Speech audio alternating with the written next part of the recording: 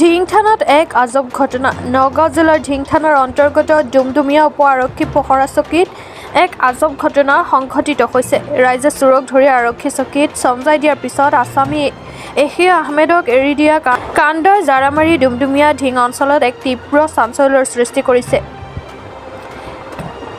এই ঘটনা সংঘটিত হৈছে ডুমডুমীয়া উপ আৰক্ষী পহৰা চকীৰ অন্তৰ্গত কঠীয়া পথাৰ গাঁৱত।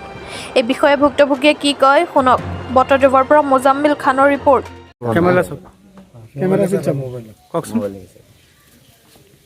শুক্ৰবাৰে ৰাতি 1টা বজাত চুৰি হৈছে। চোৰ ঘৰত গৈছে, চোৰ পলাইছে। দিনত ধৰি আনি তাক চিগাৰ আনিছোঁ, থানাত দিছোঁ। থানাত দিলে থানাৰ ওচিও চিগাৰ আনিলে যাবিনে দি দিলে তাৰ বাপক, চোৰৰ বাপৰ হাতত যে কালি 10টাৰ আগতে মালটো লৈ চমজাই দিবি মাটিয়াৰ হাতত, নহ'লে ফেচ লাগিব। এতিয়া সিহঁতে টকা খাই চোৰটো চাৰি দিলে। এতিয়া সিহঁতে আৰু মাটিয়াৰ লগত ওপৰত কেছ কৰিবলৈ সিহঁতে ঘূৰি আছে। কোনে এৰি দিলে? ছেকেণ্ড ছাৰে এৰি দিলে আমাৰ ডুমডুমীয়া থানাত। মোৰ ঘৰ জাৰামাৰী। শুক্ৰবাৰ দিনা ৰাতি 1টা বজাত মোৰ ঘৰত চুৰ হৈছে। এই চুৰটো হ'ল ইহিয়া আহমেদ। মই চুৰটো ধৰিছোঁ।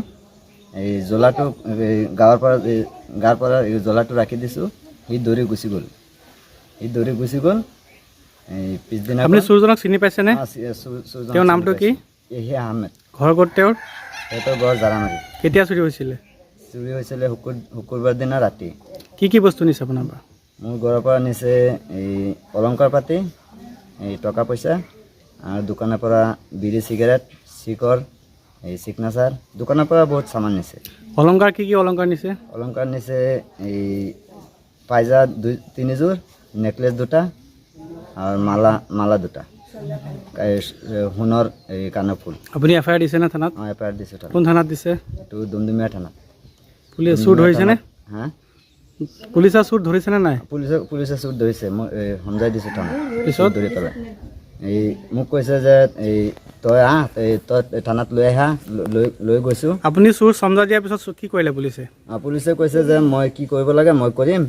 এই পিছদিনাখন 10টা বজাত কি কৰিব লাগে